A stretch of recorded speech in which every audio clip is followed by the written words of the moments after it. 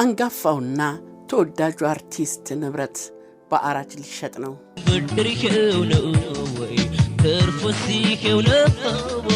በሀገራችን የመንግስት ተቋማት ውስጥ ያለውን ቢሮክራሲ ቁልጭ አድርጎ በሚያሳየውና ማንገደላት በተሰኘው ተከታታይ የቴሌቪዥን ድራማ የብዙዎችን አድናቆትና ተወዳጅነትን ማትረፍ የቻለው የአንጋፋው ተዋናይ ደራሲና አዘጋጅ ተክሌ ደስታ መኖሪያ ቤት በአራጅ ሊሸጥ ነው። አርቲስቱ ከዚህ ቀደም መንታ መንገድ በተሰኘው ቲያትሩ መነሻነት ከመድረክ ተይዞ በ4 ሰዓታት ውስጥ ከሀገር እንዲባረር ተደርጎ ነበር።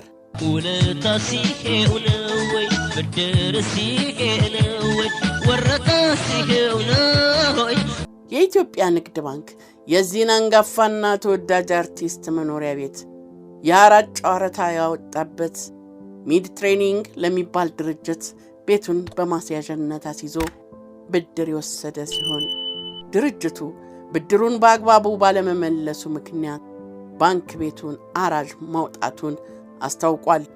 ያንገፋው የኢትዮጵያ ብሔራዊ ቲያትር ጠቢብ ተክሌ ደስታ ከዓመታት በፊት በሀገራችን ተከታታይ የቴሌቪዥን ድራማዎች ፈርቀዳጅ ከሆኑት መካከል አንዱ የሆነውና በዘመኑ እጅግ ተወዳጅ በነበረው ድመቷን ማንገደላት በተሰኘው ተከታታይ የቴሌቪዥን ድራማ እጅግ ከፍተኛ እውቅናና ተወዳጅነትን ያተረፈው አርቲስት ተክሌ ደስታ በብሔራዊ ቲያትር መድረክ የቀረቡ ታላላቅ ቲያትሮች ላይ በድርሰት በትወናና በዝግጅት ሰርቷል። አርቲስቱ በሥራ አጋጣሚ ያስተዋላቸውን በአገሪቱ ውስጥ በሚገኙ የመንግሥት ተቋማት ውስጥ ያለውን ቢሮክራሲ ወደ ድርሰት ቀይሮ የሠራው ይህ ድራማው ዛሬም ድረስ ተወዳጅነት ያልተለየው ሥራ ነው።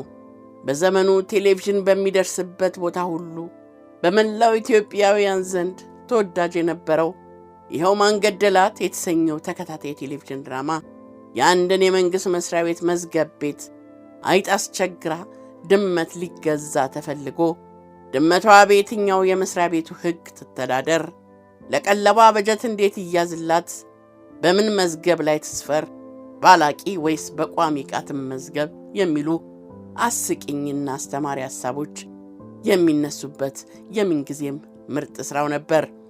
አርቲስት ተክሌ ስለዚሁ ተከታታይ የቴሌቪዥን ድራማው ሲናገር ይህንን ዛሬም ድረስ መወደድ የቻለውን ድራማ ዳግም ለመስራት አስቤ አሁን ያለውን የፊልም አሰራር መንገድ እችለው ይሆን በሚል ሐሳብ አመነታለሁ ሲል ተናግሯል። ይህ አንጋፋና ተወዳጅ አርቲስት በሚወደው የቲያትር ጥበብ ሙያ በ4 ሰዓት ጊዜ ውስጥ ከገዛ አገሩ ከመባረር ጀምሮ እጅግ በርካታ መከራዎችን አይቷል። ታስሯል፣ ከሥራው ታግዷል፣ ብዙ ዋጋ ከፍሏል።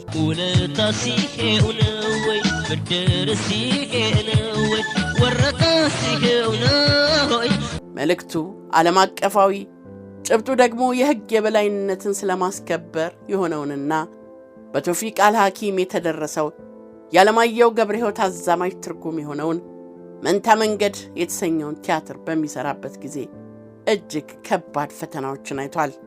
ተወዳጁ የቲያትር ጠቢብ ተክሌ ደስታ መንታ መንገድ የተሰኘውን የትርጉም ቲያትር እንዲያዘጋጅ ጥሪ ሲደረግለት እጅግ ደስተኛ ነበር።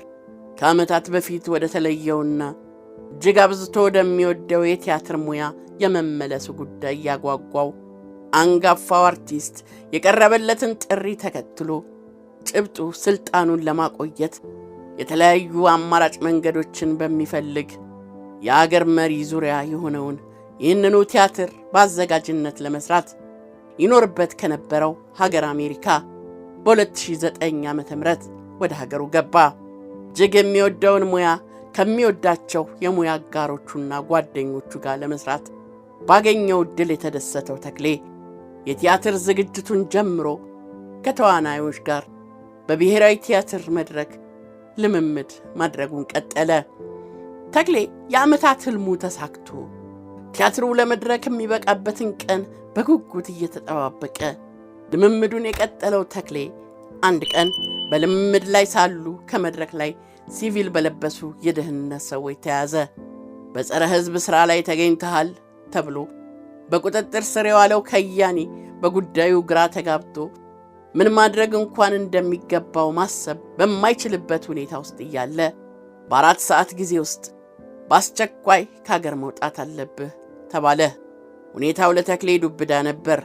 ስለተያዘበትና ከሀገር እንዲወጣ ስለታዘዘበት ጉዳይ ምንም የሚያውቀው ነገር አልነበረም። 60 ሺህ ብር ለትኬት እንዲከፍል ተደርጎ በተያዘ በ4 ሰዓት ጊዜ ውስጥ ከሀገር እንዲወጣ ስለተደረገበት ሁኔታ በአንድ ወቅት ከአሜሪካ ድምፅ ሬዲዮ ጋር አድርጎት በነበረው ቆይታ እንዲህ ተናግሮ ነበር።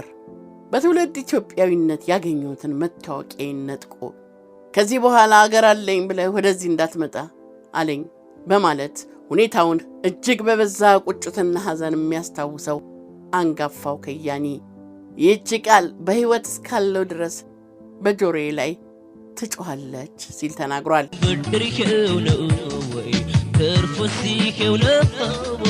ከዓመታት በኋላ ወደሚወዳት ሀገሩ የመመለስ ዕድሉን ያገኘው አርቲስት ተክሌ ደስታ ከገዛ ሀገሩ እንዲባረር ምክንያት የሆነውን መንታ መንገድ ቲያትር በብሔራዊ ቲያትር መድረክ ላይ ጥር 5 2011 ዓ.ም ለእይታ በቅቷል። ቲያትሩ ለ5 ዓመታት በብሔራዊ ቲያትር መድረክ በእይታ ላይ ከቆየ በኋላ ግንቦት 19 ቀን 2016 ዓ.ም ተመልካቹን ተሰናብቶ ወርዷል። በርካታ ታላላቅ የመድረክ ቲያትሮችን፣ ተወዳጅ የቴሌቪዥን ድራማዎችንና በርካታ የጥበብ ሥራዎችን ሲሰራ የኖረው ይህ ታላቅ የጥበብ ሰው በሥራው ልክ ሳይመሰገንና ለሥራዎቹ አክብሮትና ዕውቅና ሳያገኝ በመቅረቱ በእጅጉ የሚቆጩት አድናቂዎቹ አሁን ደግሞ የመኖሪያ ቤቱ በአራጅ ሊሸጥ መሆኑ አሳዛኝ ጉዳይ ነው ይላሉ። አርቲስት ተክሌ ደስታ ከ7 ዓመታት በፊት ወደ ሀገሩ ተመልሶ ኑሮውን በሀገሩ አድርጓል። ውለታ ሲሄው ነው ወይ ብድር ሲሄው ነው ወይ ወረታ ሲሄው ነው ወይ